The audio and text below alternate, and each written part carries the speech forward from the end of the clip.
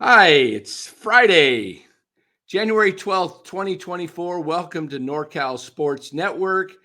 And the San Francisco Giants, in the last hour, have just signed relief pitcher and free agent Jordan Hicks, who is known for his high velocity fastball reaching up to 105 miles per hour. This is a good move. I actually suggested that the Giants signed Jordan Hicks a week or two ago in a tweet that he would be one of the players to sign. It might be a little bit of a overpay, but not much. Not too bad, actually. His projection by Major League Baseball trade rumors was 4 years, 40 million, and the Giants signed him for 4 years and 44. So it's not too much of an overpay. I earlier thought it might have been based on what he was actually making, but this is a good move for the Giants. It adds another arm. There's a lot of possibilities now that have arisen based on this signing. And I'm going to point those out here today and tell you exactly why I think this is a good trade and what I would do if I was Farhan and try and make this ball club much better, more competitive, and a playoff contender for 2024. So with that, here's what I think the Giants should look to do. Jordan Hicks is a one-inning type pitcher. He's really a closer. And you've got Camilo Doval as one of the top closers in all of baseball, who's a young pitcher with controllable years as far as contract years, still got arbitration years to go. So the Giants could possibly team up with a team like the Miami Marlins, who don't like to take players into arbitration years. They like to move on, get rid of their players where they're going to have to keep paying higher salaries and get rid of them a year or two earlier. And they like to stack a lot of younger players that they can control. And so I think that the Giants should move off of Camilo Doval with this signing for Jordan Hicks, make Jordan Hicks your closer, and trade Camilo Doval along with, let me pull up my baseball trade values here. I've got it pulled up here. The Giants and the Marlins. Let me just bring it up for you guys to take a look here and see what I'm sharing here. Okay, so there's the Giants. Top trade value you could see is Logan Webb at 75.8. That's his value. Then it drops all the way down to Kyle Harrison at 34.2, followed by Matos and Doval and Luciano. So that's your top five with the Giants. So looking at the Marlins,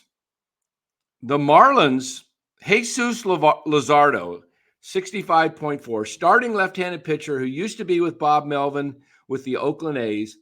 And then the guy I want from the Marlins is Luis Arraez at 30.2. So if you add Luzardo and Luis Arraez, the total comes to 95.6 in value. So what can we come up with to pick up Luis Arraez, the two-time batting champion, with the once in the American League with the Minnesota Twins and last year with the Miami Marlins? This guy is a pure 300-plus hitter. We haven't seen a guy like this since maybe Tony Gwynn, who gets on base, and he's the kind of guy that if you got runners on second and third with less than 2 outs, he's going to make contact and get that runner home from third, something the Giants have really, really lacked. So as we look at the two guys here, now we need to move over to the Giants. And who would I suggest trading? Obviously, I brought up Doval. So Doval would be the key piece in this trade. His value is listed at 29.2. If you could see that right there, I'll have to blow it up there. Okay, let me move up. So we got Doval. Luis Matos would have to go in the deal because the Giants don't have a lot of value when it comes to their players as far as what Major League Baseball and other executives consider as tradable assets. So we're looking at Duvall at 29.2 and Matos at 33.2. That's 62.4 right there. Still about 30 short of what the Marlins two players equal at 95.6.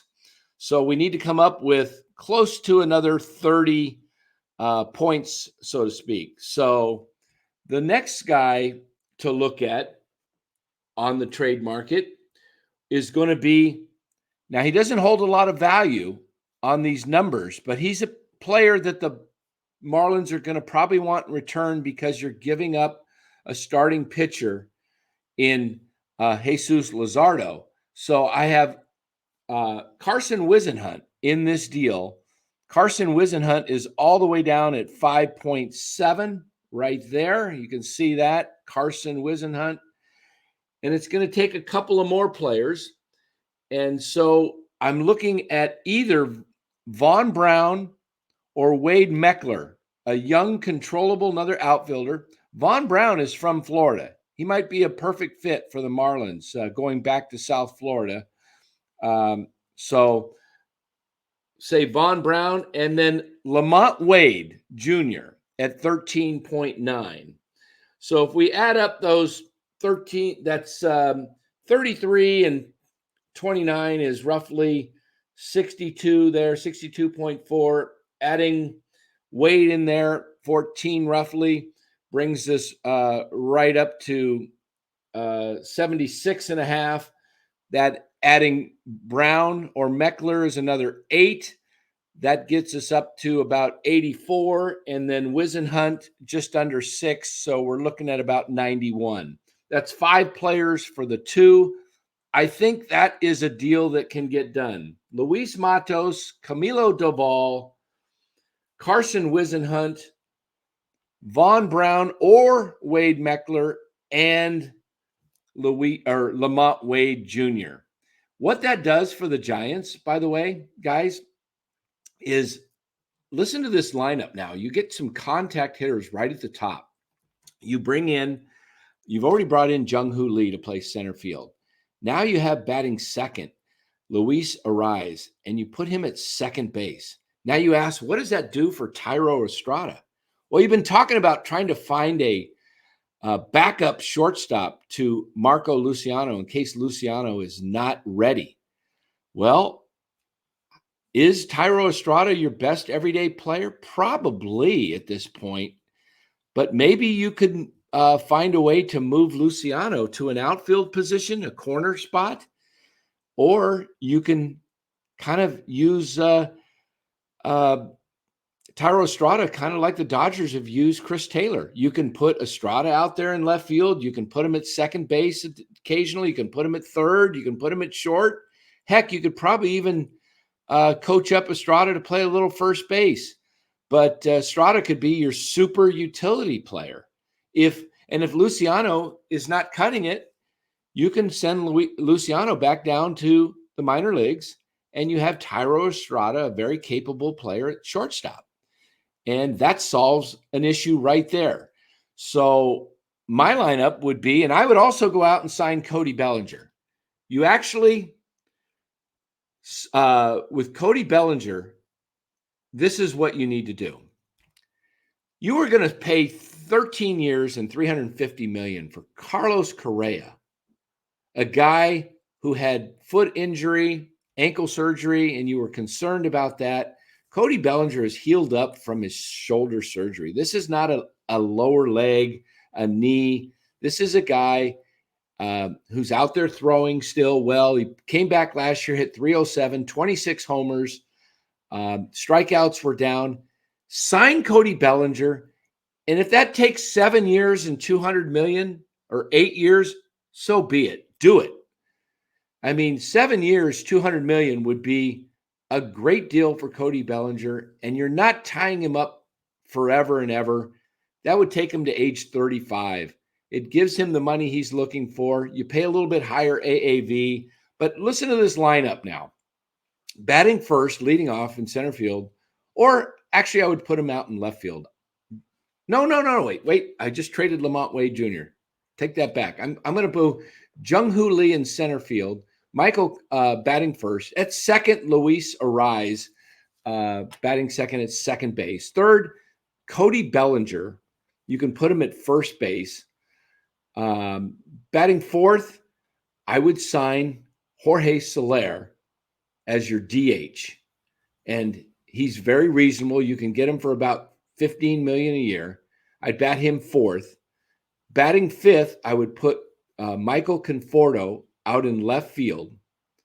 Batting sixth at, let's see, who do we got left? We got third base. We got right field, catching, first base.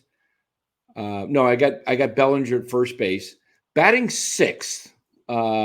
This gets a little bit trickier, but I would go with maybe someone like Luciano at shortstop, because he's got some power, and then I put Bailey in the 7 hole, and then at catcher, and in right field I would put probably Yaz, maybe out there with Elliot Ramos, and batting ninth, Casey Schmidt at third base.